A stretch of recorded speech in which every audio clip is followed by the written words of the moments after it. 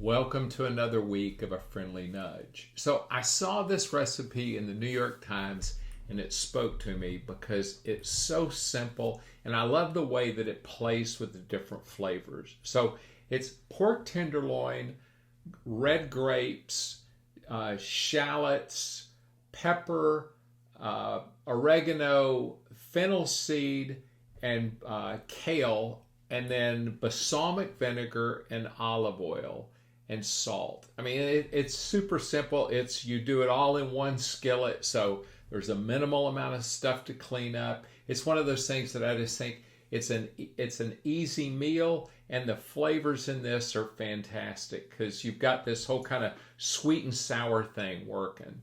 So what I do in the beginning is just kind of make up the rub that we're going to put on the tenderloin. So I use a smoked cracked black pepper, but just regular black pepper works great. And then I'm putting in, kind of a normal pinch of fennel seed, and we're going to rub this all into the pork. And then I'm going to put like 2 or 3 pinches of oregano because this will kind of help flavor the whole dish. And then just give that a good stir, get it mixed up, and then we're gonna put it on the pork. So I'm just gonna sprinkle that on there.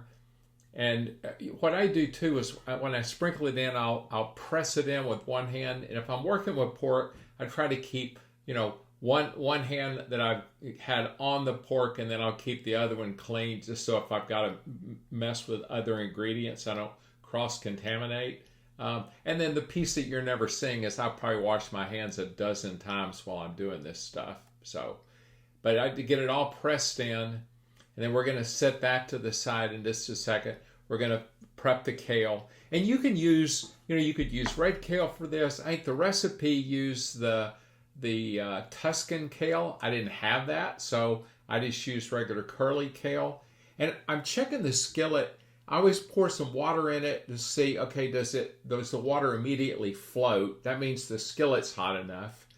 Now I've added the olive oil to it. It's going to get that, good and distributed. I've got the heat a little bit above medium, and what I'm going to do is put the pork in and let it sit for about 3 minutes on each side.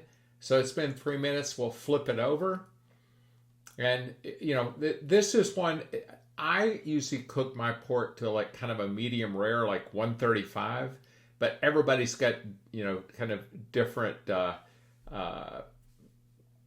tolerances on that. Some folks, especially if you're like, immunocompromised and you're a little worried about, a more rare pork, then obviously you can cook at higher temp. I'm adding the shallots in there. That was like 2 pretty good sized shallots that I sliced up thin. And then I just want to kind of move these around, get all that good fond off the bottom. But then I'm going to add a little extra olive oil here in just a minute, but especially before we put the kale in. And one thing about kale is it cooks down, so we'll have that in there for a while. There I'm going to add a little extra olive oil. I don't worry too much about the olive oil in this. It's going to get nice and soaked up with the kale. And with kale, I just add it in. I'm going to add a little bit of salt, and then it's going to cook down, and I'll add the rest of it as it wilts some. And then this is going to be the timing wise. Is just how long it takes to get the pork tenderloin to the temp that you want.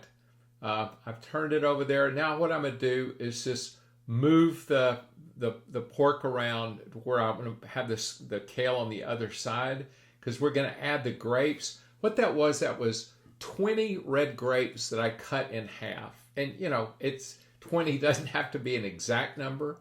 The recipe called for like 3 tablespoons of balsamic vinegar, but I'm just, this is one of those kind of gradual squirt bottles, so I'm like, all right, this looks like the right amount.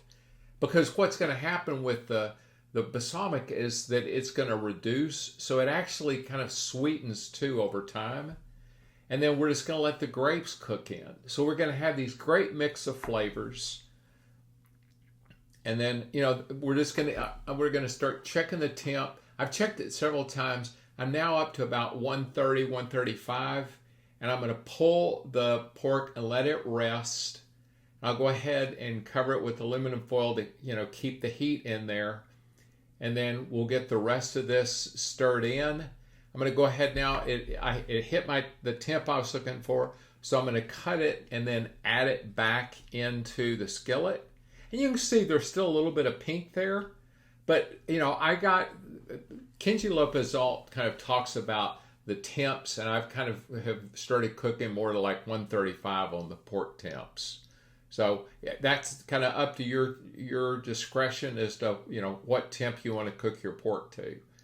But this stuff is absolutely delicious, and have a wonderful week and play with your food.